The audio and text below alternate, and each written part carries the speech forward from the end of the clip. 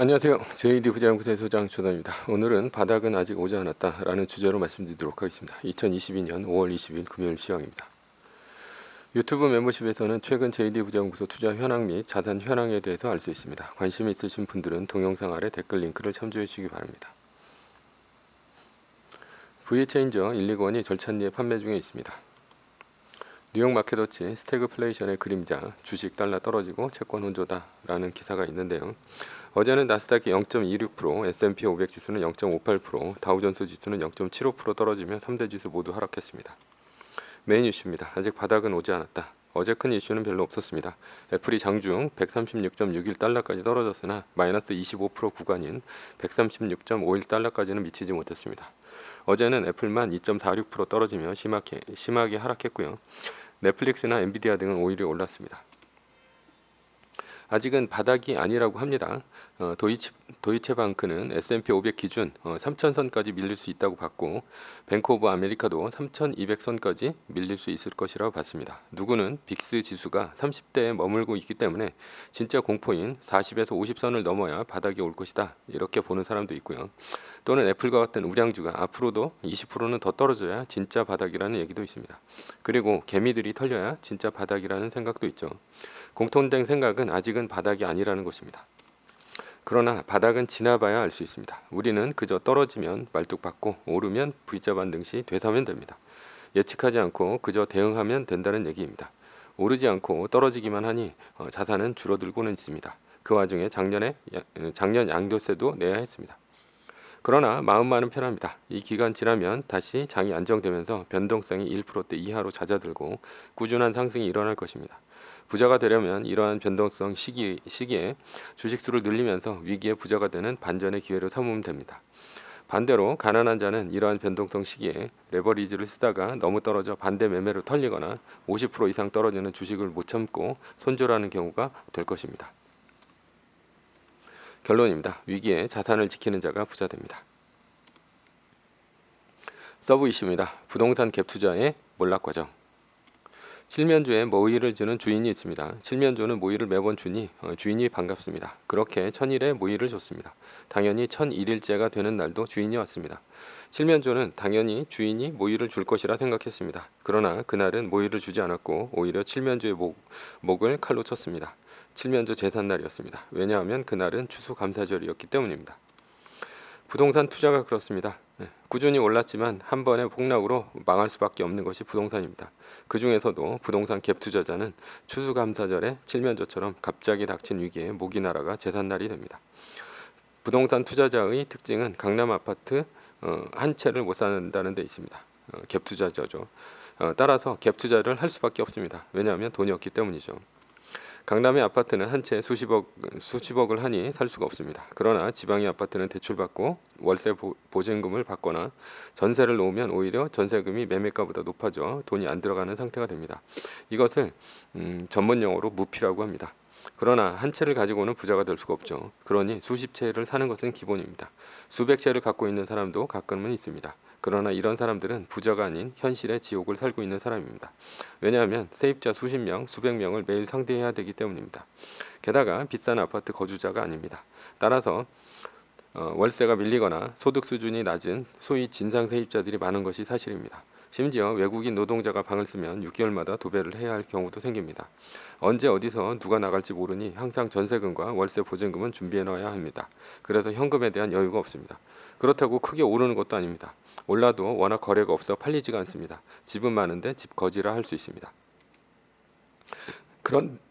그런데 문제는 아파트가 오를 때는 세금 때문에 팔 수 없으며 아파트 가격이 떨어지면 위기가 찾아온다는 것입니다. 문재인 정부에서 3주택 이상 가진 자는 세금을 82.5% 매겨버렸습니다. 그러니 아파트가 올라도 어떻게 팝니까?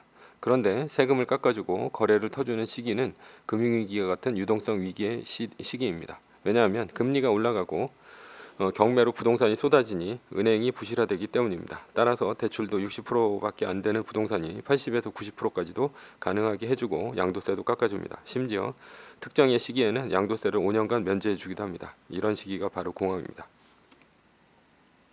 그렇다면 공황은 언제 옵니까? 금리 인상기에 시작되어 금리 인하기에 정점을 칩니다. 연준이 금리를 인상하면 한국은행은 연준보다 더 높게 금리를 올립니다. 왜냐하면 외국인들이 원화를 팔고 달러를 받고 더 안전한 달러를 사기 때문입니다. 연준이 3%까지 금리를 올리면 한국은행은 4%에서 5%까지 올릴 수밖에 없습니다. 이러면 시중은행은 가상금리를 3%만 붙여도 7에서 8%가 됩니다. 저축은행은 10%가 넘어갑니다. 9억 원의 3% 대출 이자가 얼마나 될 것 같습니까? 한 달에 225만 원입니다. 이것이 7% 이자로 올랐다면 얼마입니까? 한 달에 525만 원입니다. 그런데 이자만 오릅니까? 아닙니다. 이자가 오른 만큼 이자를 버틸 수 없는 사람들은 아파트를 너도 나도 내놓기 때문에 결국 매매 가격이 떨어집니다. 4억 원만 떨어져도 10년의 원금을 상환한다면 한 달에 333만 원씩 갚아야 합니다.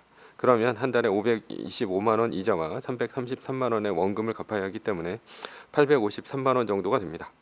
뉴스에 수도권 외곽과 서울 외곽에서 아파트 호가가 4억 원 떨어졌네 이런 소식 들리면 이 집 한 달에 대충 850만 원은 갚아야 하는구나 이렇게 생각하시면 됩니다. 가격이 높은 아파트 한 채만 갖고 있어도 가격이 떨어지면 파산할 수 있습니다.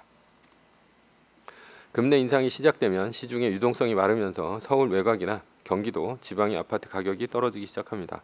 바로 약한 고리가 몰락하는 것입니다. 서울의 강남 아파트와 같은 경우 현금 부자들이 많아서 웬만한 금리 인상기는 버틸 수가 있습니다. 그리고 부자들은 집이 많아도 서울 외곽이나 수도권 지방의 아파트를 팔아서 강남 아파트는 안 팔고 버티기에 들어갑니다. 그러니 약한 고리부터 무너지는 것이 상식입니다. 그러면 아파트 가격은 전체적으로 하락하기 시작합니다. 아파트는 KB 시세가 떨어지면 대출 연장할 때 바로 원금 상환이 들어옵니다. 이 시기가 바로 부동산 갭 투자자의 추수감사절입니다.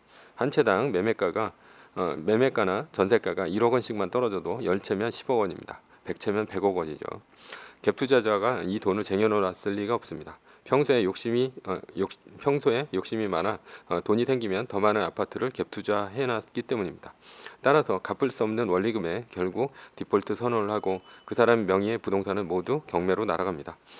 한순간에 알거지가 되고 심지어 수십억 원의 빚까지 집니다. 왜냐하면 경매로 아파트가 팔려도 낮은 가격에 팔리기 때문에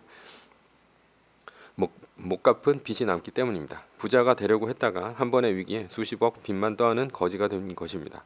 인생 말기에 이런 꼴 겪으면 노후에 폐지 줍습니다. 위기에는 부동산이 팔리지 않습니다. 황금성이 없기 때문이죠. 게다가 아파트 시세가 떨어진다는 생각이 들면 거래는 위축됩니다.